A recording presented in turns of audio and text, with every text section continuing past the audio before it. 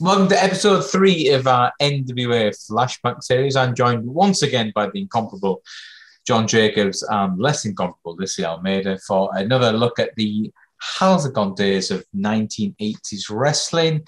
JJ, you will know nothing of 1985 and Mid-Atlantic wrestling, but Lissy, fill me in. Do you know anything of Mid-Atlantic Championship Wrestling? I know a thing or two. Okay, enlighten us. I mean, in opening segments here, my friend, Yes. we see our friends getting on a private jet. Which Who are our friends? Enlighten the listeners. Our horseman friends getting on a private jet. Ironically, it's the opposite of the horseman friends. It's the America's team. Oh, sorry, Dusty America's team. I'm Rhodes sorry. and Magnum I'm sorry. TA. Excuse me. I'm sorry. Too much wine. Getting on a private, and it's literally the tiniest private jet you've ever seen, but not comparable to the ones of today. But kind of private jets can still go. Of course. Just kind of setting us up. Also, it's based in my area of the world, so I'm very tapped in. You're a big fan of the Carolinas. I mean, Carolinas are right by Florida. We're included. Excellent. Okay, adjacent. It's a bit like, I suppose, Yorkshire and Derbyshire, if you want to do it as we're cousins. I like to say that we're cousins, at least. Okay, cousins. We'll do that. Well, JJ, we're going to give you some wrestling knowledge from the glory days of Jim Crockett Promotions. So you're underestimating me here, Jack. Look, I know about this. The wrestling world currently was buzzing over Dusty Rhodes being injured at the hands of NWA World Champion Ric the Nature Boy Flair. Plus, World Heavyweight Champion Nature Boy Ric Flair. Plus, Magnum TA. Dusty Rhodes. Magnum TA meets the Black Cat in singles competition. Tully Blanchard is in action, and much more. So I know my stuff. Pronounce Tully Blanchard like Michael Sidgwick. I know my stuff. Tully Blanchard. If you listen to The Dream. If you think I've just read the synopsis off the screen in front of me, I've got a running thread on follow No Context Slayer on Twitter. There is a theme or a thread which is nobody said Tully Blanchard better than the American Dream. And then Ric Flair, Tully Blanchard. Tully Blanchard. Did you say the name? What is the name again? Just one more time on Instagram. What's it called? Just so we can hear you properly. No Context Slayer memes. That's how I hired Lissy for this gig. So it works all right. JJ, less so. So we will have a look at Mid-Atlantic Championship Wrestling from October the 19th, 1985. If you are on the network, it is on episode 99359. That's Mid-Atlantic Championship Wrestling 99359. They say it's not on the cock. It's not on the cock, big dog. We on YouTube. But we will have a YouTube link in the bio below. And we will click play in 3, 2, 1. And let's track it. Okay. Alex Marvez needs to get some tips on how to do that because he's horrendous.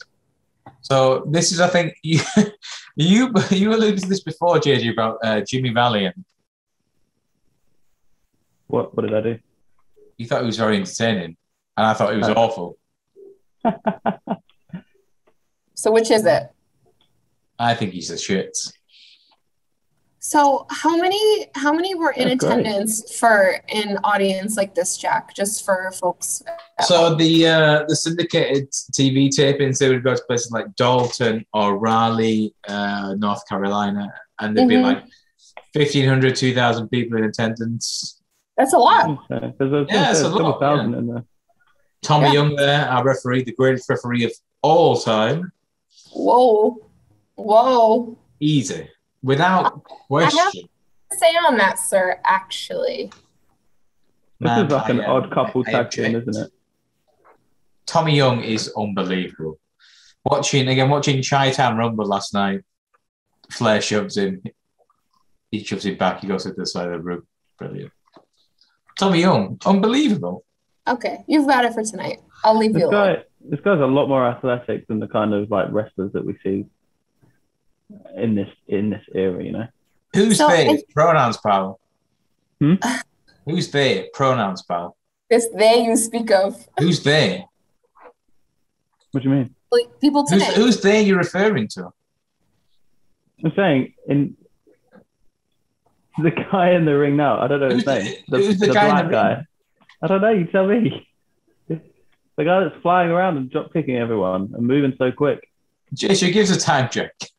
Booker T's little brother. Well, that's racist. No, it's the hair.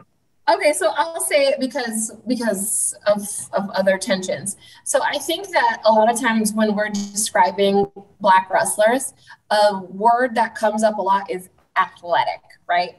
So they're like, of course, flipping, jumping, doing a lot of like the non-conventional things that abdominal stretch. There we go. You're right. They just kind of so Bruce Pritchard and Jim Ross, they both allude in their podcast that whenever they would say, yeah, he's a hell of a hand. Who's he? Pronouns, pal. And that's kind of what you get on commentary, WWE commentary. You never hear them refer to as he or they or she. They refer to Becky Lynch, the Irish Wonder, whatever. They have to refer to the person because Vince is all about them. That's beautiful Bobby and Loverboy Dennis and James E. Cornette. You're going to see one of the greatest moves of all time, the Alabama Jam. Look at that. Beautiful. Knee straight to the head.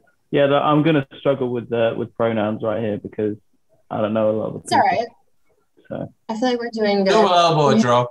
So basically in the ring you had Jimmy Valiant and Rocky King. Rocky King pretty much became he was an enhancement talent. I think that they gave a chance to here.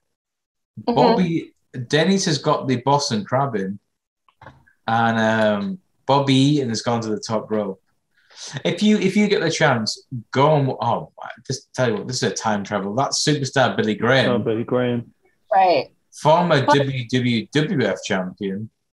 But I think it's important to note here, this is a later version of superstar Billy Graham. Superstar. Yeah, much smaller than he was in the WWF at the time. Obviously, had a big feud with Dusty. Yeah. Yeah. I'm getting the Hogan vibes. One and only. Also, you guys know I love the Hulkster. However, his character, of course, was very closely based on superstar Billy Graham, especially later in career, blonde with the black mustache, the pythons, etc. Do you still love the Hulkster? You know what? I do. What are you going to do about it? What are you going to do about it? I'm just asking. You're fully entitled to your opinion. No, again, I love that. I disagree with your take on HBK as well. So. You know what? We don't all have to agree on things. No, I love the Hulk. Exactly. It makes it fun. Let me try this. This is Tony Schiavone looking as only he can look. As only. The porn star mustache. You listen to stories about this is tremendous. So we're going to have a look at the Taylor, one of them. The leg break on. Never mind. Jesus. Never mind. Where did you hit your knee? Huh? Where did you hit your knee? Oh, now I have to tell you the story. Oh courtside, baby. So yeah, courtside, of course, as you know. So courtside and I, we rode, like in Miami and like two other towns. No. So Q and I, we rode scooters home from courtside, and I am the worst scooter driver. No balance, obviously a few glasses of wine, ate a curb, and the knee is, as my father would say, on a bad shape today. I like that line, on a bad shape. Yeah, that's you want to get me scootering anywhere after a couple. Do not recommend. Do not recommend. That's becoming one of your catchphrases. We need to get you a line of shirts. I'm doing my best, but I think do not recommend. Periods. Approve is another one. Did you get the no? Not Dusty. Is that from The Simpsons? Huh? Is that from The Simpsons? No. So it's kind not of like Lenny. No, it's kind of just like it's I think I'm sure there's a video that goes to it on YouTube or TikTok or whatever. But it's just kind of like a saying that like people are saying right now, like not me looking cute, like that sort of thing. It's definitely from The Simpsons. It has to be from somewhere. I don't know. Because there was something when they ran Homer ran through as an excuse for work, and they said like, "Oh, I've got to go because Lenny's not well." Not Lenny. Not Lenny. I know. So again, I'm like nearly 34. I'm not down with cultural references. It's calm. This is a lot of selling happening right now. They're carrying the dream out. They've wrapped again. You're lying. He's 30. Fans back at ringside. I think so. I mean, it's definitely like it's to captivate the eyes and draw the eyes to where they are. But look at my penis. I mean, also, like, do you really need short tights on top of long tights? Like, are they going to go down that much? Absolutely. Here's our guy, Jamesy, young man here. He's 23 years old, too. Thinks he's a big nobody's keeping it up to team up with him except Rocky King, the goof, so he takes him under his arm, tries to make a star out of him. Rocky, you were a joke. 23, 43, oh no. But I got what were you doing at 23, Lissy? We were wasting our time. We had bigger fish to fry. I was working in banking. I managed retail branches at 23. All right. You're supposed to say something cheap so he looks better by comparison. No. I was together. For the Midnight Express. 24. Not so close. Jimmy Boogie Woogie Man Valiant. I was running Benny Shop but I'll tell you this, you're not going to stop the Midnight Express from getting the World Tag Team title. We're going to go through you. We're going to solve this problem, and we don't care how we do it. Jim Cornette to the ring. Here is let's go to the ring. United States Heavyweight Champion Tully Blanchard. And his perfect 10. Baby doll. Wow. I will say, from somebody, as a man who's got a little bit of chest hair himself, Tully has got some great chest hair going on. Tiny bit. Again, in the 80s, you had the good medium of guys that look, like we were talking about earlier, credible guys that could, if they wanted, they could beat you up at a bar. Of course. But then also 80s, like that sort of gear was so in that, like kind of like biker-ish. I'm not really sure what the biker, cowboy, whatever. Big feathered bangs. She's it's a bit like how what's it called? Alex Abrahantes comes out wearing a really weird similar outfit when he's with the Lucha Brothers and gloves, and you think,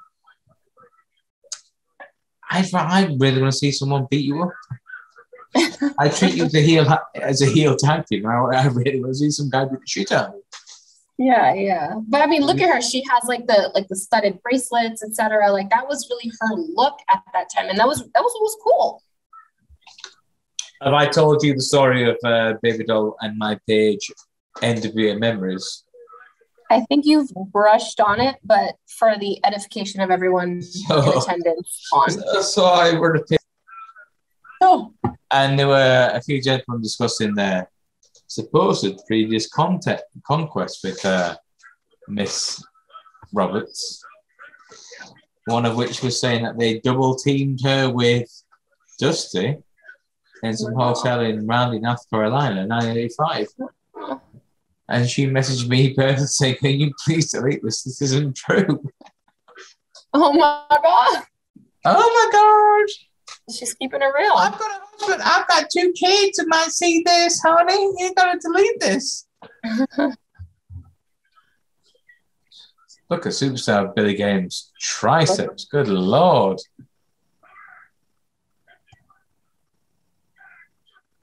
So superstar Billy Graham just always had. he was that cross. Obviously, he predates them, of course, but that cross between Hulk Hogan and Jesse Ventura, I always mesh them together and you get Billy Graham, right? He always had the dangly earrings, the tie-dye. He was a big man. Pele.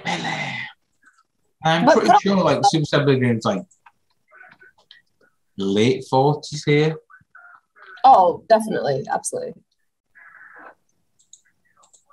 So in 1985, Billy Graham is 42, which is old for wrestling here. Yeah, I think Hulk Hogan and Jesse Ventura undoubtedly like ripped him off.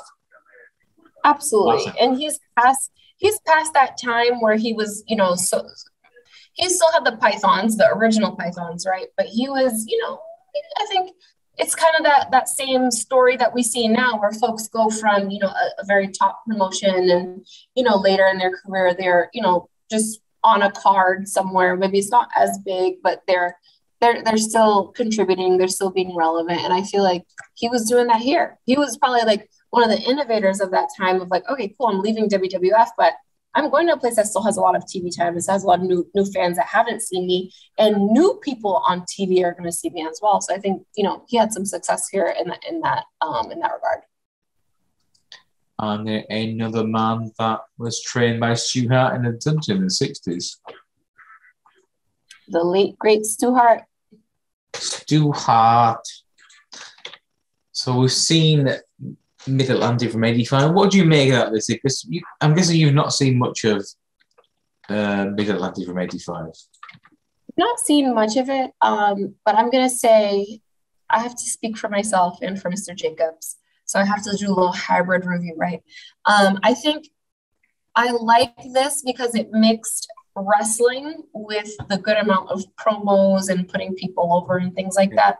I also love that Ric Flair, obviously huge name at the time, the champ, everywhere. Obviously, maybe he had it, he lost it, he lost it, but he was always in everyone's eyes the true champion, right? The real world. For real, yes. What I love, did he go on last? No.